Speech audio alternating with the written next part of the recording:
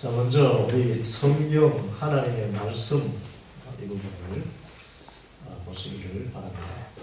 이 성경은 하나님의 말씀이죠. 하나님의 말씀.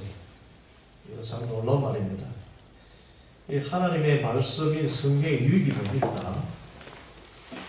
자, 이 렉처 디비전을 통해서 우리가 알게 되는 제일 중요한 것은 성경은 우리의 무엇을 새롭게 하죠? 마음을 새롭게 합니다. 마음을 새롭게 해요. 그리고 그 마음 속에 무엇을 심어줍니까? 교재 안 받으셨나요? 우리 마음 속에 새로운 무엇을 심어줍니까? 믿음, virtue라고 합니다. 이것은 우리 특별히 가톨릭 신앙에서는 이거 어마어마하게 중요한 것입니다. virtue라는 것. 우리가 은혜 받았다 할 때에 우리 가톨릭 신앙인들은 미덕을 받는다 그렇게 합니다. 아름다운 일을 할 수 있는, 선한 일을 할 수 있는 하나님으로부터의 그 힘을 얻는다 그렇게 합니다. 그런데 우리는 이 미덕이라는 것을 예수님의 마음으로 받습니다.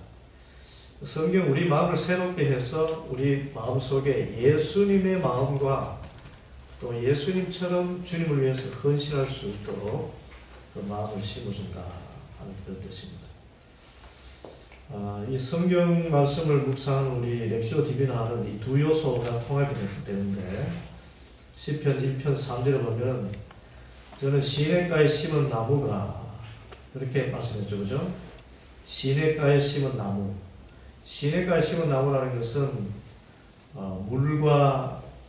물이 있고 나무가 있다는 것이죠. 그 시내는 하나님의 말씀이고 나무는 우리의 삶을 이야기합니다. 그래서 말씀을 통해서 우리의 삶이 소생되어지는 것입니다. 또 이 성경 말씀과 우리의 영혼입니다. 시편 19편 7절에 우리 여호와 율법은 무엇을 소생시키죠? 영혼을 소생시킨다. 또 신적인 것과 인간적인 것을 통합시킵니다. 율법책을 묵상하면 다 지켜 행하면 내 길이 평탄해질 것이다. 율법책을 가지고 묵상하면서 그 말씀에 준행하여 나가면 나의 행하는 모든 인간적인 일들이 평탄하게 되고 형통하게 된다. 그게 성경 말씀의 유익입니다. 가장 중요한 것은 마음을 새롭게 하고 믿음, virtue를 심어준다는 것. 자, 바른 성경 읽기에 세 가지 전제가 있습니다. 첫째는 성경의 권위를 주장하는 것입니다. 성경은 하나님의 말씀인 줄 믿으시죠? 하나님의 말씀이에요. 또 성경을 적용한다는 것은 성경을 통해서 누구의 음성을 듣나요? 하나님의 음성을 들어요. 성경 읽으면서 마귀의 음성을 듣는다거나 세상 사람의 음성을 듣지 않습니다. 그래서 이 적용은 하나님의 음성을 듣는 데 집중하는 것입니다. 핵심은 성경은 하나님의 사랑의 서신이다. 성경은 구약부터 요한계시록까지 하나님 우리를 얼마나 사랑하시는지 그 사랑을 나타내는 말씀이라는 거. 하나님이 뭘 나타낸다고요? 사랑을 나타내요. 이거 기억하는 것이 대단히 중요합니다. 세 번째, 우리 사람의 말에 담긴 하나님의 말씀입니다. 우리가 하나님의 말씀을 성경을 하는데 성경이 사람의 말로 기록되어 있지 않습니까? 여기서 어떻게 사람의 말로 기록된 이 성경이 하나님의 말씀이 될 수 있는가? 여기에서 계시와 영감에 관한 우리의 논의가 필요합니다. 이 성경은 하나님의 언어적 계시다 그렇게 표현합니다. 말로서 하나님을 나타낸 것이 성경이라는 것이죠. 계시는 여러 가지가 있습니다. 자연계시도 있고, 자연계시라는 것은 해와 달과 별들을 보면서 이 놀라운 우주가 바로 나를 위해서 지어진 것이고 바로 나를 위해서 존재하게 된 것이라는 것을 알게 되는, 그리고 자연을 통해서 하나님의 그 사랑도 알게 되고 섭리도 알게 되지요. 그런 계시가 있는데 성경은 이 자연과는 이 차원 다르게 하나님의 언어적 계시다 이렇게 합니다. 그래서 토마스 머턴은 성경은 스스로 하나님의 말씀이라고 주장한다. 사람의 말인데 하나님의 말씀임을 나타내는 것입니다. 그런데 어떻게 사람의 말이 하나님의 말씀이 될까요? 이것을 우리는 유기적 영감이라고 그렇게 이야기합니다. 유기적인 영감. 유기적이라는 것은 사람의 말과 하나님의 그 성령의 감동이 어우러져 가지고 궁극적으로 하나님의 말씀으로 표현된다는 것을 이야기합니다. 이 성경의 영감은 이 성경에 기록된 여러 이 말들은 다양한 저자들이 있습니다. 한 사람이 다 쓴 게 아니죠. 수많은 저자들이 있습니다. 바울이 쓴 책도 있고, 베드로가 쓴 책도 있고, 야고보가 쓴 책도 있고, 또 모세가 기록한 것도 있고, 사사 시대에 또 선지자들이 또 기록한 책들도 있습니다. 그런데 이런 저자들의 이런 모든 말들이 하나님의 말씀하시고자 하시는 내용이 되도록 하는 과정을 영감이라고 이야기합니다. 성령의 감동으로 사람의 말이 하나님의 말씀으로 들려지게 되는 것이죠. 그래서 성경을 이름에서 100% 하나님의 말씀이자 100% 사람 저자들의 말이다. 그렇게 이야기를 합니다. 그래서 존 스토트는 성경은 인간의 말을 통한 하나님의 말씀이다 라고 했어요. 여기서 우리가 참 중요한 것이 있습니다. 성경을 하나님 말씀이라고 이야기할 때에 저자들의 성격과 저자들의 어떤 글을 쓰는 어떤 그 방법이나 이런 것을 다 도외해버리고 하나님이 하늘에서 불러주는 대로 받아 썼다라고 생각하는 이것을 문자주의라고 이야기합니다. 불러주는 대로 썼다고 할 때 그것은 무슨 소리가 들려서 이렇게 썼다거나 하나님이 직접 기록했다고 하는 이런 의미라기보다 저자들에게 영감을 주셔서 바울에게는 바울이 가지고 있던 이 가말리엘 문화의 철학자 있지 않습니까? 그 모든 그 지식도 사용하시고 시대의 환경도 사용하셔가지고 여러분 성경에 보면 바울이 여자들이 머리에 쓰는 것을 금하지 않았습니까? 그것은 그 시대적인 상황입니다. 그러니까 그 시대적인 상황에서 하나님의 그럼에도 불구하고 하나님의 선하신 뜻이 다 드러나도록 감동을 주셔서 쓴 것이지 이것을 저자들을 무의식 상태에서 기계적으로 쓰게 하신 것이 아니라는 것. 그래서 성경을 문자적으로 받아들이면은 바리새인이 되기 쉽습니다. 바리새인이 되기 쉽습니다. 안식일을 기억하여 거룩히 지키라. 거룩히 지켜야죠. 그런데 안식일에 안식일 지키지 않는 사람이 돌을 쳐라 그렇지 않습니까? 그것은 안식일을 거룩하게 지키라는 것이 중심이지 돌로 치라는 것이 중심에 있는 게 아닙니다. 그래서 이것을 나중에 예수님이 새롭게 해석을 하시죠. 인자가 안식일의 주인이다. 안식일의 생명을 살리는 것과 죽이는 것 어느 것이 옳겠느냐. 그래서 살리는 것이 옳다는 것 그것을 강조하시는 것이죠. 그래서 안식일은 사람을 살리는 것이고 사람을 위한 것이기 때문에 거룩하게 지키고 이 거룩한 정신을 훼손하는 인간의 어떤 의도든지 그것은 끊어져 버려야 되는 것이다 해서 기록된 것이 이 성경이기 때문에 이 성경을 생각할 때 저자의 어떤 경험이나 또는 그 문장력이나 이런 것과 전혀 상관없이 하늘에서 그냥 뚝 떨어지는 무화 상태에서 이 탈혼 상태에서 기계적으로 손을 갖다 대도 이렇게 쓰게 만들었다. 그렇게 생각하는 것은 지극히 위험한 그런 성경 해석이 됩니다. 하나님이 감동해 주셨다. 근데 계시라는 말은 뭔가 하면은 밝히다라는 뜻입니다. 감추인 것을 밝힌다. 그래서 영감이 곧 하나님의 말씀을 밝혀주십니다. 저자에게 영감을 주셔서 성경을 기록하지 않으셨습니까? 그래서 사도 바울의 서신들을 읽을 때 로마서부터 저 데살로니가 후서까지 이렇게 성경을 읽을 때에 그때 성령 하나님께서 감동하셨던 대로 저에게도 감동해 주셔서 하나님의 말씀을 깨닫게 하여 주시옵소서. 이런 마음으로 성경을 읽어야 된다 하는 것입니다. 두 번째, 하나님의 말씀과 또 인간의 말을 생각할 때에 하나님의 말씀은 살아계신 하나님의 말씀이다 라고 표현합니다. 그래서 하나님이 성령을 통해 사람에게 그 자신을 불어넣으셨다는 것입니다. 그래서 성경은 성령의 책이고 성령은 지금도 살아 계시죠? 그래서 성경은 살아있는 책입니다. 살아있어요. 그래서 히브리서 4장 12절에 하나님의 말씀은 어떠하다고요? 살아있어요. 성령이 감동하시기 때문에 그 저자들에게 감동하셨던 하나님께서, 성령님께서 지금도 내가 읽을 때에 그 감동으로 역사하시기 때문에 말씀이 살아있어요.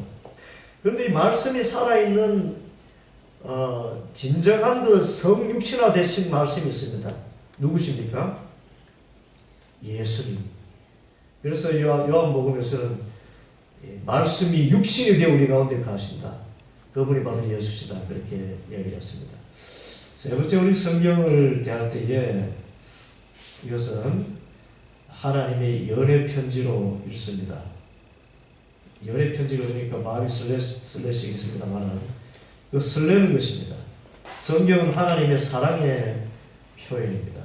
그래서 키엘케고르는 무한한 사랑이신 그분이 하나님과 관계 맺는 것을 너무나 원하셔서 우리에게 그분의 말씀으로 편지를 쓰셨고 우리에게 프로포즈를 하시면서 오라 오라 하고 말씀하셨다.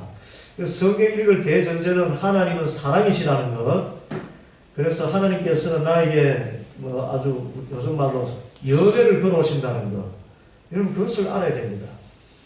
성경을 계시라고 할 때에 성경이 말하고자 하는 가장 궁극적인 밝히고자 하는 내용이 뭡니까? 성경은 무엇에 대한 책입니까? 성경이 말하고자 하는, 밝히고자 하는 가장 중요한 것이 뭡니까? 사랑인데 구약에서도 밝히고자 하고 신약에서도 검증되어 있는 것 한 주제가 있습니다. 예수 그리스도십니다. 하나님의 계시는 예수님입니다. 구약에서는 오실 그리스도시고 신약에는 오신 예수 그리스도십니다. 그런데 예수님은 하나님의 사랑 그 자체입니다. 그렇죠? 하나님의 사랑의 선물입니다. 그래서 성경은 예수 그리스도라고 할 때 이것은 그냥 사랑이라는 뜻입니다. 사랑. 그런데 이제 성경은 풀기 어려운 말씀도 있고 받기 힘든 말씀도 있어요. 베드로후서에 보면은 보면은 알기 어려운 것이 들어있다. 하나님이 여기시기 때문에 성령의 감동을 사람이 이렇게 알아채기가 쉽지가 않습니다. 그래서 우리 영성 훈련이 필요한 것입니다. 주님 말씀하시옵소서, 말씀하시옵소서. 그래서 받기 힘든 말씀을 억지로 풀려하지 말고 주님께서 보여주시도록 기도해야 됩니다. 오늘 우리가 말씀을 묵상한 것처럼 주님 말씀하시옵소서 하고 귀를 기울이면 이전에 듣지 못했던 그 음성을 듣게 하시고 말씀의 뜻을 깨달아 알게 해 주십니다. 그리고 때로는 성경에 아주 불편한 내용이 있습니다. 시편 말씀에 너희 어린 것들을 메어 치는 자는 복이 있다. 어린 것들을 돌에 메어 치는 자가 복이 있다 그래요. 그 원수 갚는 것이 복이 있다 그러지 않습니까? 근데 그것은 사람의 그 마음에 있는 그 솔직한 감정을 내어놓은 것일 뿐 어린아이를 죽이는 것이 어떻게 복이 될 수 있겠습니까? 우리는 그런 말씀을 대할지라도 말씀 해석의 기초는 하나님은 사랑이시다는 것. 사랑이기 때문에 그런 시를 쓴 사람이 하나님 앞에서 자기 감정을 있는 대로 다 내어놓을 수 있었다 하는 것입니다. 그래서 우리가 성경에 좀 불편한 그런 내용을 마저 하더라도 하나님의 영이 속삭이는 목소리, 하나님은 사랑이시라는 것을 알고 성경을 대할 때 우리 마음속에는 그 말씀들이 다 이해되어지게 되고 시험에 들지 않게 됩니다.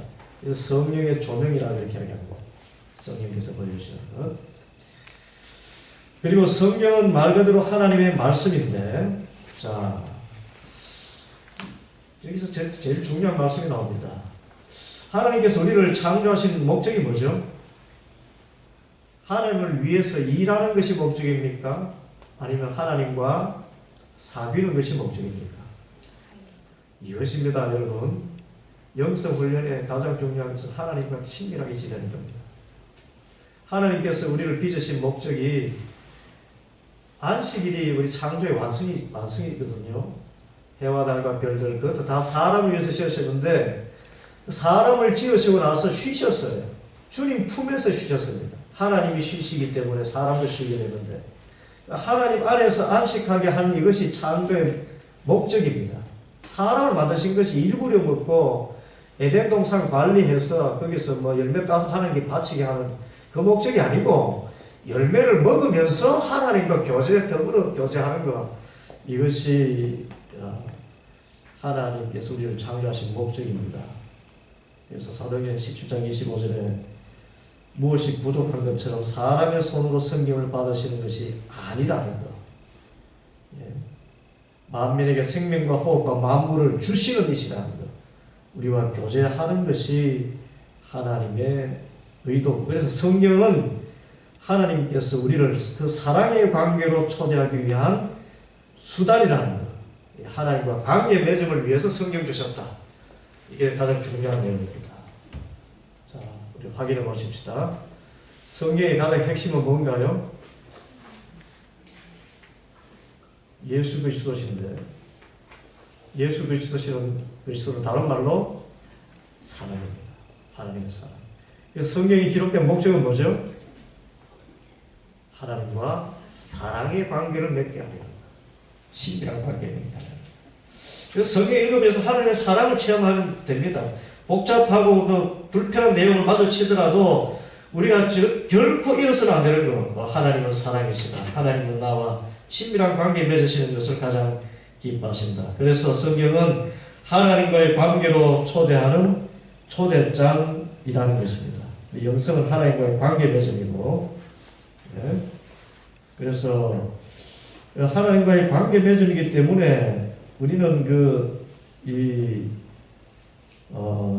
이성적으로 성경을 자꾸 이해하려고 하기보다 마음으로 성경의 이해에 도달하는 편이 더 낫다라고 벤겔이 썼습니다.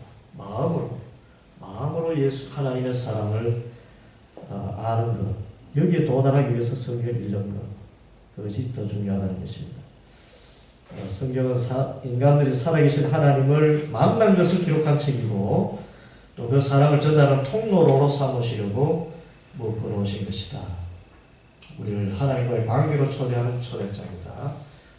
다른 모든 것을 잊어버리더라도 성경은 하나님의 사랑, 예수 그리스도에 대한 것을 계시하신 것이고 그 목적은 하나님과 사랑의 교제를 맺기 위한 목적이라는 것, 이것을 반드시 기억하시기를 바랍니다. 두 번째, 더 중요한 우리 주제입니다. 예수 마음기도 이제 첫 번째 예정. 우리 총 7가지 여정이 있습니다. 봤었죠? 우리 지난주에 나오지 못하신 분들은 유인물 가져가시고, 우리 박지현 집사님이 동영상을 올렸는데 혹시 보셨습니까? 보셨어요? 네, 그렇게 보시고 참조하시면 되겠습니다. 우리 예수 마음기도 영성 수련 기도문을 우리 다시 한번 앞에 놓으시고 우리 한번 다시 한번 같이 함께 읽겠습니다. 길이요 진리요 생명이신 예수님, 주님께 저의 모든 것을 바치나이다. 저의 과거의 기억들, 현재의 소원들, 미래의 소망들을 아낌없이 바치나이다. 오로지 주님의 현존 안에 이 순간을 머물게 하소서. 길이요 진리요 생명이신 예수님, 주님의 온유하고 겸손한 마음에 제 마음이 온전히 하나 되게 하소서. 길이요 진리요 생명이신 예수님, 주님의 사랑의 마음, 자비로운 마음에 저의 마음이 온전히 일치하게 하소서. 예수님의 이름으로 기도드립니다. 아멘. 자, 예수 마음 기도를 할 때에 우리는 제1요정은 기도로 초대하시는 하나님에 대한 이해입니다. 다른 말로 하면 기도에 대한 예수님의 가르침을 바로 알아야 되고, 예수님께서 알려주신 방법대로 기도해야 예수님의 마음을 가지시다는 거예요. 기도에 대한 예수님의 가르침은 누가복음 10장 25절에서 28절까지의 말씀에 있습니다. 이 말씀 우리 한번 같이 읽어보겠습니다. 성구 말씀 여러분 제가 전해드렸는데 우리 함께 읽어봅니다. 어떤 율법 교사가 일어나 한 손에는 성경 구절을 들고, 한 손에는 교재를 드십시오. 성경 구절집 받으셨죠? 누가복음 10장 25절에서 28절 우리 함께 읽습니다. 시작. 어떤 율법 교사가 일어나 예수를 시험하여 이르되 선생님, 내가 무엇을 하여야 영생을 얻으리까? 예수께서 이르시되 율법에 무엇이라 기록되었으며 네가 어떻게 이루냐? 대답하여 이르되 네 마음을 다하며 목숨을 다하며 힘을 다하며 뜻을 다하여 주 너의 하나님을 사랑하라. 또한 내 이웃을 내 자신같이 사랑하라 하였나이다. 예수께서 이르시되 내 대답이 옳도다. 이를 행하라. 그리하면 살리라 하시니. 그렇습니다. 여러분, 우리가 기도라는 것은 결국은 하나님을 사랑하는 것입니다. 예수님을 사랑하는 것입니다. 예수님을 사랑하는 사람만이 예수님께 기도드릴 수 있습니다. 예수님의 마음을 갖기 위해서는 예수님을 사랑해야 되는데, 그러면 그 기도를 통해서 예수님과 친밀한 관계를 형성하는 중요한 내용이 뭔가? 네 가지를 예수님께서 말씀했죠. 첫째, 무엇을 다하라고요? 마음을 다하라. 이렇게 했습니다. 자, 마음을 다하라 할 때에 이것은 우리의 감정과 지성과 의지를 성령님의 이끄심에 합당하도록 해서 기도드리라는 뜻으로 이해할 수 있습니다. 자, 마음의 세 가지 요소가 뭐라고요? 감정과 지성과 의지입니다. 자, 그래서 기도할 때 현재 마음속에 일어나고 있는 온갖 무엇들을, 감정입니다, 여러분. 자, 이 기도에 있어서 여러분 이 진짜 중요한 거예요. 영성 훈련에 있어서 기도는 첫째 감정입니다. 감정. 사람을 움직이는 것은 지성입니까? 감정입니까? 99%가 감정이에요. 1%만이 지성작용입니다. 그 1% 쪼개서 0.5% 의지가 작용하는 것이고, 감정이 대단히 중요합니다. 그래서 기도는 현재 마음속에 일어나는 온갖 감정을 있는 그대로 다 내어놓는 것입니다. 그래서 히브리서 5장 7절 말씀에 보면은 예수님께서도 육체에 계실 때에는 정말 감정을 다해서 기도하셨어요. 심한 통곡과 눈물로 간구와 소원을 올렸다. 그렇게 했습니다. 누가요? 예수님께서 우셨어요. 심한 통곡, 눈물, 간구입니다. 감정입니다. 감정 무시하고는 우리가 기도 생활 제대로 할 수 없습니다. 두 번째는 지성이죠. 지성은 우리가 이 지성을 통해서 이 세상을 어떻게 살아가야 되는가를 분별하는 것을 얘기합니다. 지성의 발라요, 지성의 다른 말은 분별력입니다. 분별력. 그래서 우리가 영성 생활할 때에 하나님의 뜻이 무엇인가를 분별해야 된다는 것입니다. 세 번째, 의지라는 것은 결단입니다. 결단. 이 내 마음속에 올라오는 의지가 있습니다. 마가복음 14장 36절 보면은 아버지여 나의 원대로 마시고 아버지의 원대로 하시옵소서 라고 의지를 아래서 나아가는 것입니다. 그래서 기도하여 올라올 때 감정을 통해서 또 지성을 통해서 분별하고 의지를 사용해서 기도해야 된다. 자, 이것이 마음을 다하는 기도입니다. 두 번째는 뭘 다하라고요? 목숨을 다해야 됩니다. 여기서 목숨을 다하라는 말은 막 죽도록 기도하라는 그런 의미라기보다 여기서 목숨은 네페시, 영혼을 의미합니다. 이 영혼, 우리의 영혼이 하나님께 다가가도록 기도하라는 거예요. 뭐가 하나님께 다가가도록요? 그런데 영혼이 다가가는 것을 방해하는 것이 있습니다. 악한 영들이 있어요. 이 악한 영들은 세상의 삶에 애착을 갖게 만들고 이 세상의 기복적인 생활에서 만족을 찾도록 자꾸 유혹합니다. 그래서 목숨을 다하라는 것은 우리 영혼이 주님께 가까이 가도록 세상의 삶과 기복적인 생활에 만족하도록 하는 것에 우선을 두지 말고 하나님의 나라를 구하며 그 영원한 생명을 구하는 것을 우선적으로 기도하면서 나아가는 것, 그것이 목숨을 다하는 기도입니다. 마가복음 1장 15절 말씀에 때가 찼고 하나님의 나라가 가까웠으니 회개하고 복음을 믿으라 하시더라. 뭐가 가까웠다고요? 하나님의 나라. 우리의 생명은요, 하나님의 나라입니다. 하나님의 나라를 먼저 구해야 됩니다. 그래서 우리가 기도할 때에 세속적인 것들을 먼저 구하기 전에 하나님의 나라를 먼저 구하는 것, 이것이 목숨을 다하는 기도입니다. 악한 영의 어떤 유혹을 물리치고 하나님의 나라를 염두에 둡니다. 세 번째는 뭘 다해야 되죠? 힘을 다해야 됩니다. 여기 힘을 다한다는 것은 우리의 몸을 뜻합니다. 우리의 육신의 이 몸. 여러분, 몸이 원하는 것은 대부분 좀 편안한 걸 원하죠? 몸은 편하게 원하지 않습니까? 그런데 우리가 몸을 다해서 기도한다는 것은 내 몸이 편안해지는 것이 아니고 오히려 몸을 하나님께 드리는 것을 이야기합니다.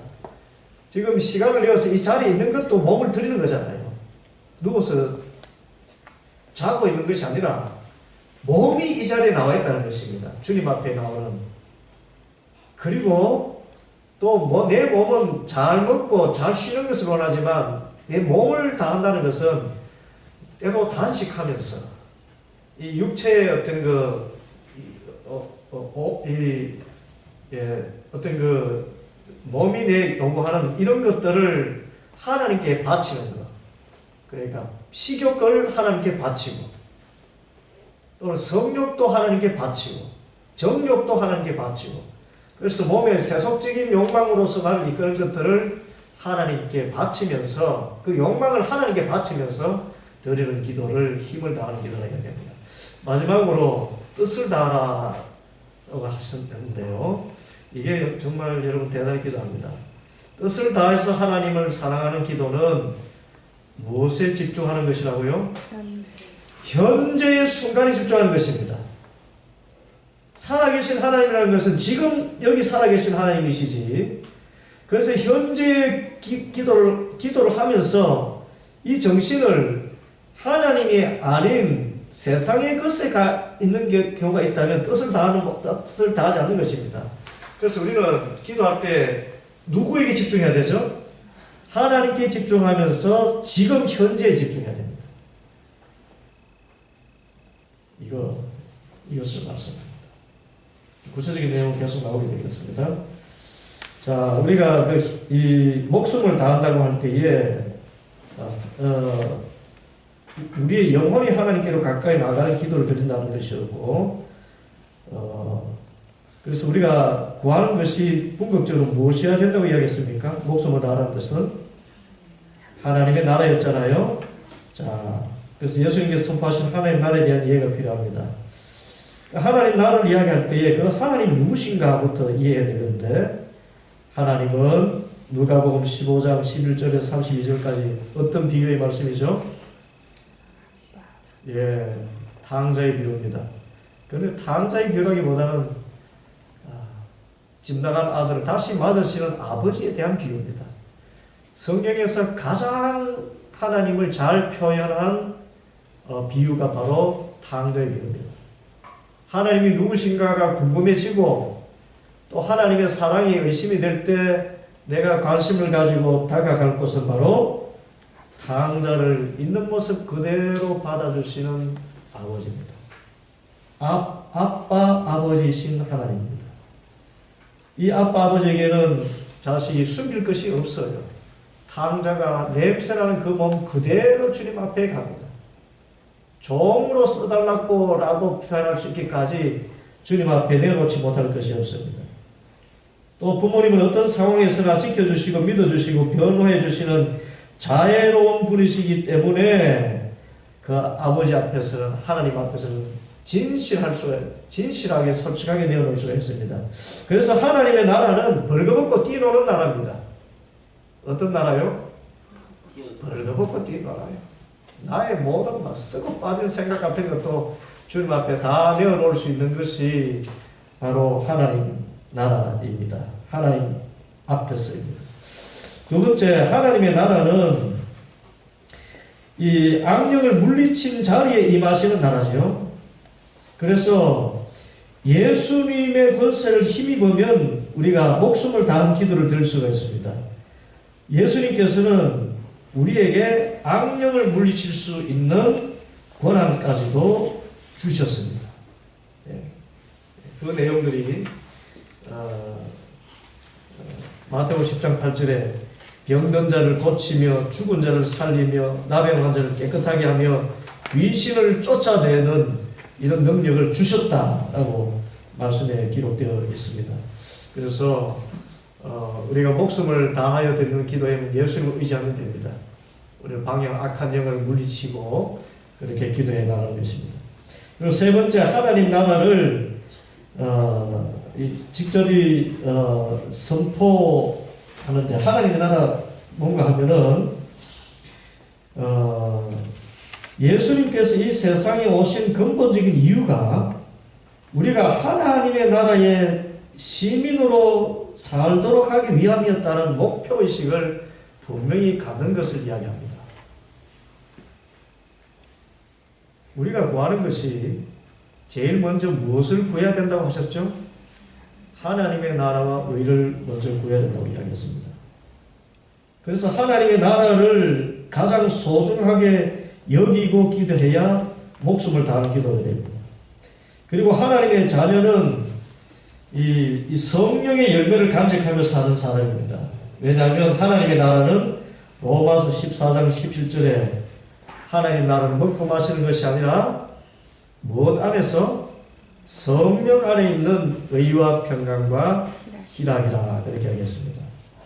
그래서 이 하나님의 몸을 다하여 기도한다는 것은 바로 이 성령 안에 있는 하나님의 나라, 그 성령의 열매 맺기를 간절히 기도하는 중심으로 나아갈 때에 우리가 바른 기도가 되고 예수님의 마음을 갖게 된다는 것을 이야기합니다. 자, 그럼 참된 행복은 바로 이 하나님 나라에 있습니다. 마태복음 5장 3절 말씀에 심령이 가난한 자는 복이 있나니 무엇이 그들의 것이다? 천국이 그들의 것이다. 제1복입니다. 가장 우선적인 복이 하나님의 나라라는 것.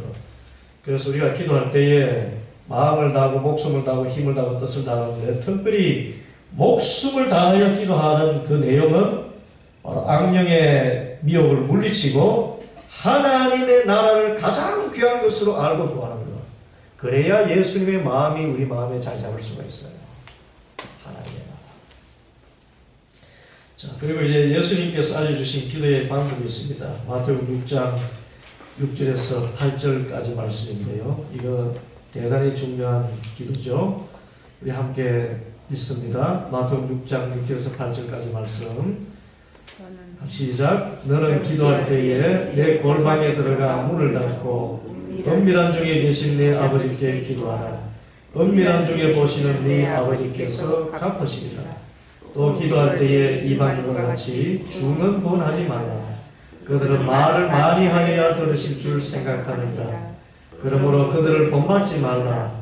구하기 전에 너희에게 있어야 할 것을 하나님 너희 아버지께서 아시느니라. 자, 예수님께서 알려주신 기도 방법의 첫째는 중언 부언하지 말라 하는 것입니다. 중언 부언하지 말라는 말씀의 뜻이 무엇일까요? 했던 말 또 하고 했던 말 또 하는데요. 사람이 했던 말도 하고 했던 말도 하는 그것의 핵심이 뭔가 하면 세상 것을 구하는 것을 이야기합니다.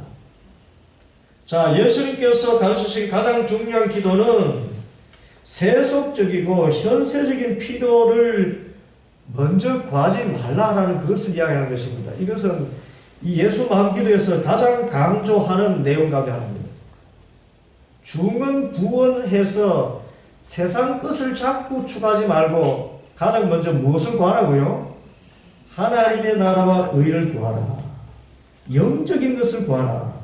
그것이 중언부언하지 말라는 그런 기도의 내용입니다. 중언부언 기도하는 내용도 보면은 하나님 나라를 구하지 않고 하나님 나라의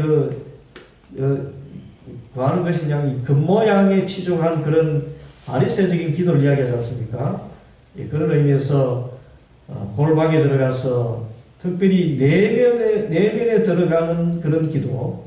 그래서 이 세상 것을 구하지 말고 하나님의 나라를 구하고 영적인 것을 구하는 것, 그것을 예수님께서 알려주셨다는 것입니다. 두 번째 예수님께서 알려주신 기도 방법은 기도할 때 끊임없이 구하고 찾고 두드리라 그랬죠. 누가복음 11장 5절에서 13절까지 말씀 우리가 너무 잘 아는 말씀입니다. 구하라 주실 것이요 찾으라 찾을 것이요 문을 두드리라 열릴 것이니라. 그런데 결국은 구하는 자에게 13절에 뭘 주시죠? 너희가 악할지라도 좋은 것을 자식에게 줄 줄 알거든 하물며 너희 하늘 아버지께서 구하는 자에게 성령을 주지 않겠느냐. 우리가 끊임없이 간청할 때의 그 간청의 최종적인 목적이 뭡니까? 성령님이 오실 때까지. 이겁니다. 중언부언하지 않는 것도 하나님의 나라와 의를 구하는 것. 그래서 골방에 들어서 기도하는 것이고, 끊임없이 간청 구하고 찾고 두드리는 이유도 성령님이 내 마음에 오실 때까지 그렇게 기도하는 것입니다. 그리고 세 번째는 어떻게 기도하라고요?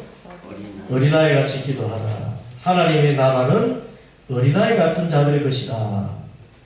그래서 하나님 나라 중심인데 어린아이 같이 기도하라는 것은, 어린아이의 특징은 세 가지를 표현했습니다. 어린아이들은 미래나 과거에 연연하지 않고 오직 현재만을 살아요. 아이들이 내일 일을 걱정합니까?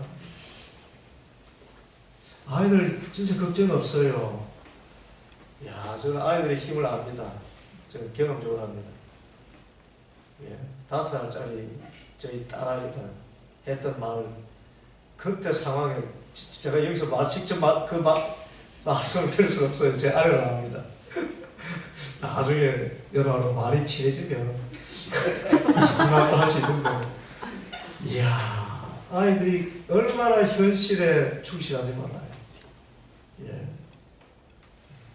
간단히 힌트만 드리면 부부 싸움을 대판해가지고 그래 상황이 됐는데, 아이가 엄마 아빠가 헤어질 수도 있어 그러면서 자기 유치원에 탁 가는 겁니다. 가서 눈물을 막 훔쳐내고는 엄마 아빠가 싸우고 엄마 아빠가 없어도 나는 유치원에 다녀야 돼. 이 아주 현실감, 미래에 대한 불안이 없어요. 그 현실을 직시하고 있는 이 아이의 모습. 이야, 제가 정말 아이가 얼마나 강한지 모릅니다. 아이들이. 왜냐하면 과거의 거침도 없고 미래에 대한 불안도 없어요. 현실만 보기 때문에 어린아이들이 얼마나 강한지 모릅니다. 그 순수함이 그렇게 강한 거예요. 어른이 센 것 같죠? 어른은 안 셉니다. 어린아이가 제일 세요. 제일 셉니다. 진실하기 때문에 세고. 그래서 우리가 하나님의 자녀로서 아버지 하나님께 현재의 모든 것을 맡기고, 어린아이와 같이 단순한 마음으로, 또 어린아이는 현재 있는 거, 이거 막 눈에 보이는 거, 장난감 손에 잡으면 이거 안 주면 때를 쓰고 생각을 지키지 않습니까? 그것처럼 지금 현재의 중심을 두고 내게 필요한 것이 있다 그러면 이것을 진솔하고 솔직하게 때를 쓰면서 다 내놓는 것입니다. 구하고 찾고 두드리는 것입니다. 그런데 이렇게 구하고 찾고 두드려 보면 결국은 하나님께서 뭘 주신다? 성령을 주신다. 그래서 우리의 기도 습관은 현재 기도입니다. 현재 기도를 하는 습관을 들여야 우리가 하나님 나라에 들어갈 수가 있어요. 하나님 나라는 현재입니다. 지금 임하시는 하나님 나라를 경험하지 못하면 앞으로 오는 하나님 나라를 우리는 경험할 수가 없습니다. 늘 현재의 하나님만을 바라보는 생활을 할 때에 하나님께서 우리와 함께 하시면서 당신의 영적인 보화를 주신다. 자, 오늘 이 기도로 초대하시는 주님의 가장 중요한 주제가 있습니다. 마음을 다하는 것은 어떻게 기도한다는 것이라고요? 감정. 현재 마음속에 가고 있는 감정. 지성. 영적으로 분별해서 현재를 어떻게 사는 것인가. 의지. 지금 하나님의 뜻을 따르겠다는. 목숨을 다하는 것은요, 하나님의 나라를 구하기 위해서 악한 영이 구하고 찾게 하는 세속적인 것을 물리치는 것. 힘을 다하는 것은요, 내 몸을 다해서 내 몸의 욕망이 세상으로 향하지 않고 하나님께로 향하도록 하는 것. 뜻을 다하는 것은요, 현재 순간에 집중하는 것. 그리고 아버지인 하나님 앞에서 중언부언하지 말고 골방에 들어가서 하나님의 나라와 그의 의, 영적인 것을 구하는 것이고, 구하고 찾고 두드리는데 성령을 주시기까지, 성령님이 내 마음에 임재하시기까지 끝까지 기도하는 것. 무엇보다도 어린아이같이 기도하는 겁니다. 현재 집중하는 것. 그래서 과거의 그 불신, 미래의 이 문제에 연연하지 않고 전적으로 신뢰하면서 솔직하게 주님 앞에 다 내어놓는 것, 그 기도를 드리는 것이 예수님의 마음을 품게 되는 중요한 기도입니다. 예수 마음 기도는 지난 시간에 했습니다만은 오늘 강의도 동영상으로 다시 보시겠습니다만은 간단하게 한 3분 만에 말씀드리자면은 단순한 기도문을 선택해야 됩니다. 하나는 나의 주님, 나의 하나님. 다른 하나는 예수님 사랑합니다. 이 모두가 성경에 있죠. 도마가 예수님을 의심했습니다. 그렇지만 의심하는 도마에게도 주님께서 친히 나타나셔서 그 손과 옆구리에 찔러보게 하셨습니다. 그때 나의 주님, 나의 하나님이라고 고백하게 되죠. 그래서 보지 않고 믿는 자가 더 복되다. 그래서 보이지 않는 하나님을 보는 듯이 믿고 고백하는 기도가 나의 주님, 나의 하나님이라는 것입니다. 그 나의 주님, 나의 하나님. 그래서 계속 반복하다 보면 여러분 마음에 정말 그 주님이 살아계신 것이 막 올라오죠. 그리고 예수님 사랑합니다. 이 말씀은 요한복음 21장에서 베드로가 예수님을 3차례 부인했는데 예수님이 3차례 베드로에게 다시 물으시는 것이지요. 네가 나를 사랑하느냐? 이것은 베드로를 의심하는 것이 그런 것이 아니라 다시 예수님을 사랑할 기회를 주는 것입니다. 회개와 용서의 기도. 그래서 무한정 용서하시고 사랑하시는 주님을 예수님 사랑합니다라는 표현으로 우리가 하는 것입니다. 이 기도를 단순하게, 원래 예수 마음 기도를 하려면 이 단순 기도를 50분 동안 집중해서, 그래서 눈을 뜨고 합니다. 눈을 뜨고 해서 처음에는 이렇게 헷갈리지만 눈을 이렇게 뜨고 하면은 한 곳만 응시하고 하면은 이 주의가 오히려 더 잘 집중이 돼요. 분심을 이겨낼 수 있는 그런 길이 되기도 합니다. 그렇지만 우리가 처음에 시작할 때 우리 단순 기도를 훈련하는 의미에서 눈을 감고 나의 주님, 나의 하나님, 혹은 예수님 사랑합니다. 계속 기도드리고, 그렇게 단순 기도를 드리고 나서 그날 주어진 본문 말씀을, 복음서 말씀을 10분 동안 그냥 읽습니다. 렉시오 디비다와는 반대입니다. 그냥 읽다 보면 이미 예수님의 마음이 내 마음에 와 있는 상태에서 성경을 읽기 때문에 그때 성경이 바로 내 귀에 들려지고 눈에 들어오게 되는 그런 경험을 하게 됩니다. 예수님의 마음이 내 마음속에 들어오게 되죠. 그리고 불심을 다룬다는, 불심은 흩어지는 마음을 이야기합니다. 흩어지는 마음은 현재에 집중하지 못하게 하는 것이에요. 그런데 불심에는 3가지 종류가 있죠. 과거의 불심이 있고, 현재의 불심이 있고, 미래의 불심이 있습니다. 우리 다음 시간에는 과거의 불심에 대해서 다루게 됩니다. 과거의 불심. 마음의 상처예요. 예, 나의 주님, 나의 하나님이라고 기도하고 있는데 마음에 막 거치지 못하는 과거의 상처들이 올라오고 열등의식이라든지 억울함이라든지 좌절감이라든지 이런 것이 막 올라옵니다.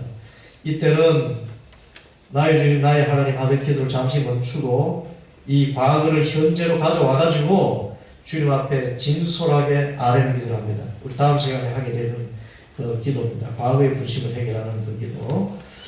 그리고 현재 불신은 기도하다가 지금 딴 생각하는 겁니다. 집에 지금 맛있는 호박죽을 쏘놨는데 그거 먹고 싶다는 생각을 한다거나, 지금 기도하면서 저 옆집에서 무슨 일하는 거 여기 생각나는 거, 이런 거 기도할 때에 미래 불신과 마찬가지입니다. 미래는 오지 않는 그 일을 미리 염려하면서 이렇게 근심하고 걱정하는 것이라면, 미래 분심과 현재 분심에 대해서는 기도할 때에 적시 물리셔야 됩니다. 이거 지금은 기도하는 시간이야. 기도 끝나고 나서 내가 해결해 줄게. 그러고 나서 기도 끝나고 나서 호박죽 드시면 돼요. 해결해 줘야 됩니다. 반드시. 미래 분심도 일단 현재 기도하고 난 다음에 기도하고 나서 해결할게. 그러고 나서는 미래에 대한 염려와 근심들은 인간적인 의미지만 다시 한번 돌아보는 그 시간을 갖는 것이죠. 그렇게 해나가면서 불심을 다룹니다. 이 역시 계속되는 여정 가운데서 한 주제씩을 다루게 됩니다. 기도에 임하는 자세는 모든 정신을 하나님의 어디에 집중시켜요? 현존에 집중시킵니다. 지금 계신 주님, 지금 주님. 그러니까 그리고 하나님 아닌 다른 것에 또 집중시키면 안 됩니다. 하나님께만 집중시켜야 됩니다. 하나님 형상이 있습니까? 없습니까? 없지요. 그러니까 마음 기도를 통해서 하나님을 끊임없이 부르는 것입니다. 하나님 여기시기 때문에 형상화 시키면 안 됩니다. 그리고 이 하나님은 지금 우리가 전혀 알지 못하는 하나님이기 때문에, 형상이 없으시기 때문에 이해 못하는 하나님께서 어떤 모습으로 드러내 주실까를 기대하면서 기도하면 하나님께서 나타내신 방법은, 이사야 선지자는 두려움 가운데서도 봤지만 결국은 사랑입니다. 아주 두려우면서도 그 사랑의 경외력이 아주 오묘한 경험에까지 들어갈 수 있습니다. 예수 만기도의 영적 여정은 결국 하나님을 만나기 위한 것입니다. 그래서 하나님께 다가가다 보면 어느 순간에 내 내면 깊숙이 예수님이 자리하고 계심을 보게 됩니다. 그리고 마지막으로 예수 만기도는 틈새 기도가 중요합니다. 요즘 저도 이제 습관이 되었어요. 나의 하나님, 나의 주님, 또 예수님 사랑합니다. 예수님 사랑합니다. 화장실에 가서도요, 이렇게, 여러분 화장실에 가서 신문을 보는 것도 있고 여러 가지 책도 보는 것도 있습니다만, 저는 이제 이 예수 마음 기도를 하면서부터 이게 참 너무 좋아요. 용별을 보면서 좀 제 상태는 나의 주님, 나의 하나님, 또 예수님 사랑합니다. 그러고 보면 얼마나 참 그 시간이 시원한 시간이고요. 얼마나 좋은 시간인지 모릅니다.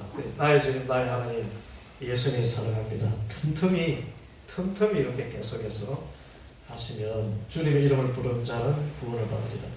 주님이 늘 함께 계시는 체험을 하게 됩니다.